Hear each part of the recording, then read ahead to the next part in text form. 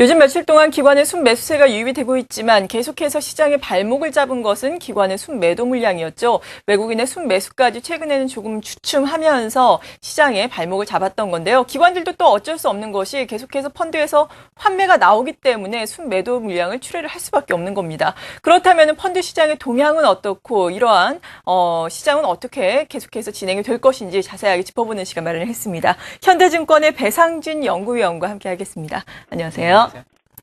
네, 먼저 국내 증시 호조로 인해서 펀드 환매가 계속해서 증가를 하고 있는데요. 네. 유출입 동향부터 정리를 해본다면 어떨까요?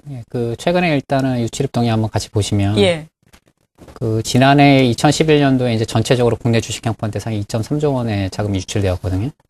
근데 이제 올해 들어서 벌써 한 2월 때까지 2개월 만에 4조 원이 넘는 자금이 유출되었으니까, 네. 이제 뭐 굉장히 큰 자금이 유출될 때 이렇게 좀 볼 수가 있겠는데, 특징적인 점은 뭐냐면 1월 달에 지금 국내 주식형 펀드에서 한 2조 4천억 정도 이제 자금이 유출되었고요. 그럼 이제 2월 달 들어서도 보시게 되면은 한 영업일수로 20 영업 거래일 중에서 이틀만 빼고서는 자금이 계속 유출되면서 한 1.7조 원 정도 자금이 유출되었으니까. 네. 이제 최근에 이제 주가가 뭐 빠르게 상승을 하면서 국내 주식형 펀드에서 환매가 상당히 이제 크게 유출되었다. 이렇게 좀 해석해 볼 수가 있겠습니다. 네, 그렇죠. 그리고 앞서서 말씀을 드린 것처럼 이렇게 국내 주식형 펀드에서 올 들어서만 4조 원이 넘는 자금이 이탈이 되면서 국내 증시에도 물론 영향을 미쳤거든요. 이 점에 대해서는 구체적으로 어떻게 생각을 하고 계신가요? 이제 많이 받는 질문 중에 하나가 이제 국내 주식형 펀드에서 환매가 이제 많이 나타나니까 예.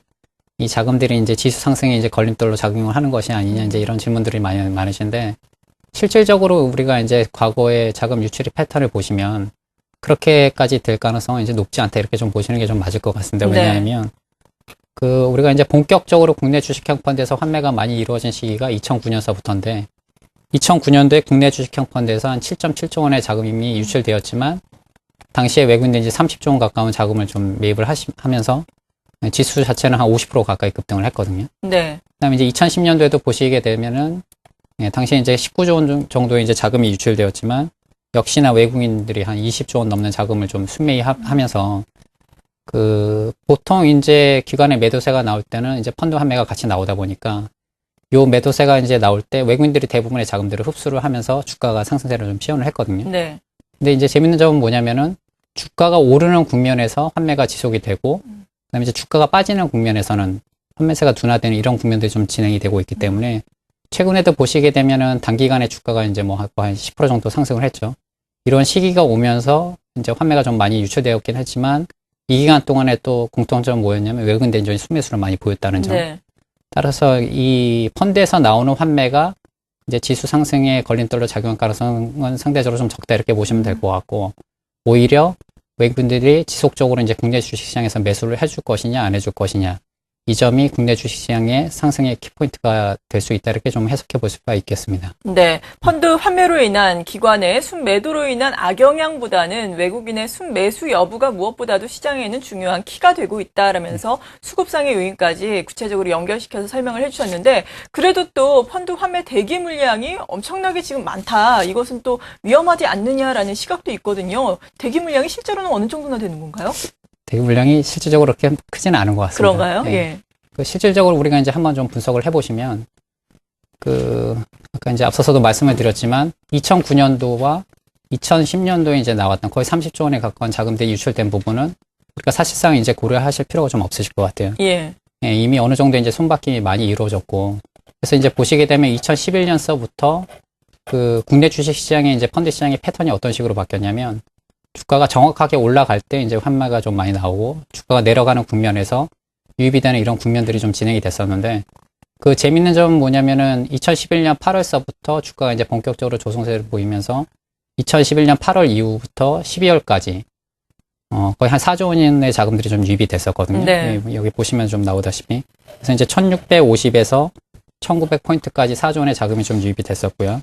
근데 이제 이런 모습이 어떻게 바뀌었냐면, 최근에 보시면 아시다시피 지수 1900포인트서부터 2050포인트 사이에 지금 2.75조 원의 이제 자금이 유출되었습니다. 근데 네. 이 자금은 지난달에 지금 1월 26일 날 사모펀드에서 일시적으로 1.5조 원의 자금이 해지가 됐었기 때문에 이 자금을 좀 제외를 하면 일반인들의 자금이 한 3조 원 가까이 유출됐다, 이렇게 보시면 될 것 같고요.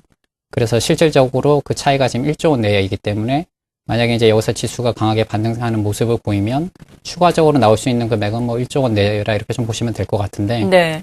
이미 이제 국내 주식시장에서 외국인들이 한 10조 원 가까이 자금을 좀 그 매수세를 좀 보였고 최근에 이제 움직임이 전체적으로 지수가 이제 뭐 빠르게 상승하는 그런 국면보다는 횡보하는 이런 모습을 좀 보이고 있기 때문에 국내 주식형 펀드에서 환매는 뭐 본격적으로 뭐 크게 출현될 가능성은 낮다 이렇게 보시는 게 맞을 것 같습니다. 네. 환매가 출회될, 그러니까 아주 크게 출회될 가능성은 낮다라고 설명을 해주셨는데, 그래도 지수가 상승할 때는 환매 물량이 조금 나오고, 또 하락할 때는 오히려 조금 유입되는 현상은 당분간은 지속될 것으로 보시는 거죠? 예, 이미 그렇게 좀 우리가 해석해 볼 수밖에 없는 것이, 예.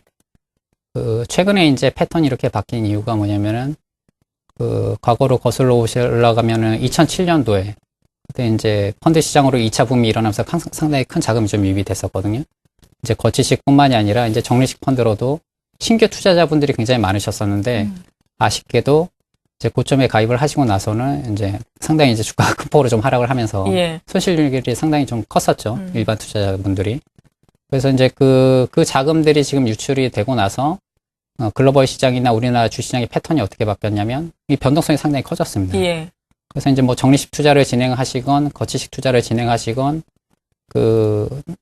간접 투자로도 내가 어느 정도 수익을 달성한 후에는 계속적으로 이거를 보유했을 경우에는 주가가 요즘은 이제 조정을 받을 시는 상당히 이제 큰 폭으로 좀 하락세를 좀 면치 못하다 보니까 수익 낸 거를 이제 상당히 좀 잃어버리시는 그런 부분이 많이 발생을 했기 때문에 그런 데서 투자자분들이 이제 지금 어떤 패턴을 보이시냐면 수익을 좀 짧게 가져가는 간접 투자에서도 네. 그런 모습들이 지금 나타나고 있기 때문에 작년부터 그런 현상들이 나타났고요.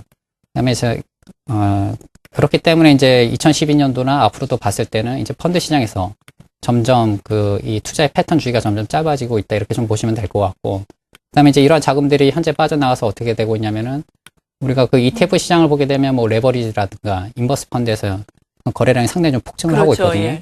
예, 그런 모습들이 전체적으로 이 간접 투자 시장에서도 전체적인 흐름이 이제 단기적으로 좀 이루어지고 있다.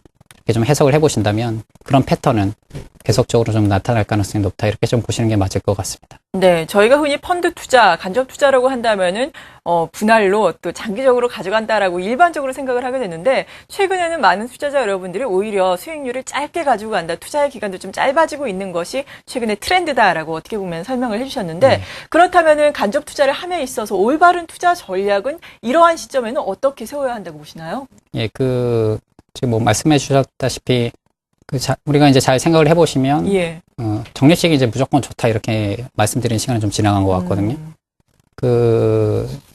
최초에 이제 우리가 이제 적립식 투자를 진행해서 만약에 내가 투자금이 어느 정도 쌓였을 경우에는 말 그대로 이제 적립식 효과가 굉장히 큰 폭으로 좀 줄어드는 거죠. 네. 예, 이제 거치식 투자와 같은 그런 개념이 되기 때문에 보통은 우리가 이제 투자를 해서 아직까지 이제 원금을 회복하지 못했을 경우에는 어떤 시장에 투자를 하든 마찬가지지만 그걸 이제 무조건 뭐 보유를 하시는 이런 전략보다는 수익이 어느 정도 회복을 했을 경우에는 뭐 부분적으로 환매를 하시든가 아니면 전체로 환매를 하셔서 다시 그 상품을 투자를 했을 경우에 우리 이제 원금을 회복할 수 있는 가능성이 더 높아지고 네. 그다음에 이제 수익이 계속 안 나는 지역이라든가 상품이라면 그 펀드를 지속적으로 보유하기보다는 최근에는 이제 이 펀드의 상품들이 굉장히 다양화되고 있기 때문에 그런 펀드들로 교체를 하시면 그것이 오히려 이제 원금을 회복하든가 아니면 이제 꾸준한 수익을 낼 수 있는 이런 기회다라는 그런 관점에서 좀 접근을 하시는 게 유리하지 않을까 이렇게 좀 볼 수가 있겠습니다. 네, 펀드 투자, 간접 투자를 하는 데에 있어서도 이렇게 시적절하게 하는 투자 전략이 필요하다라는 말씀이신데요.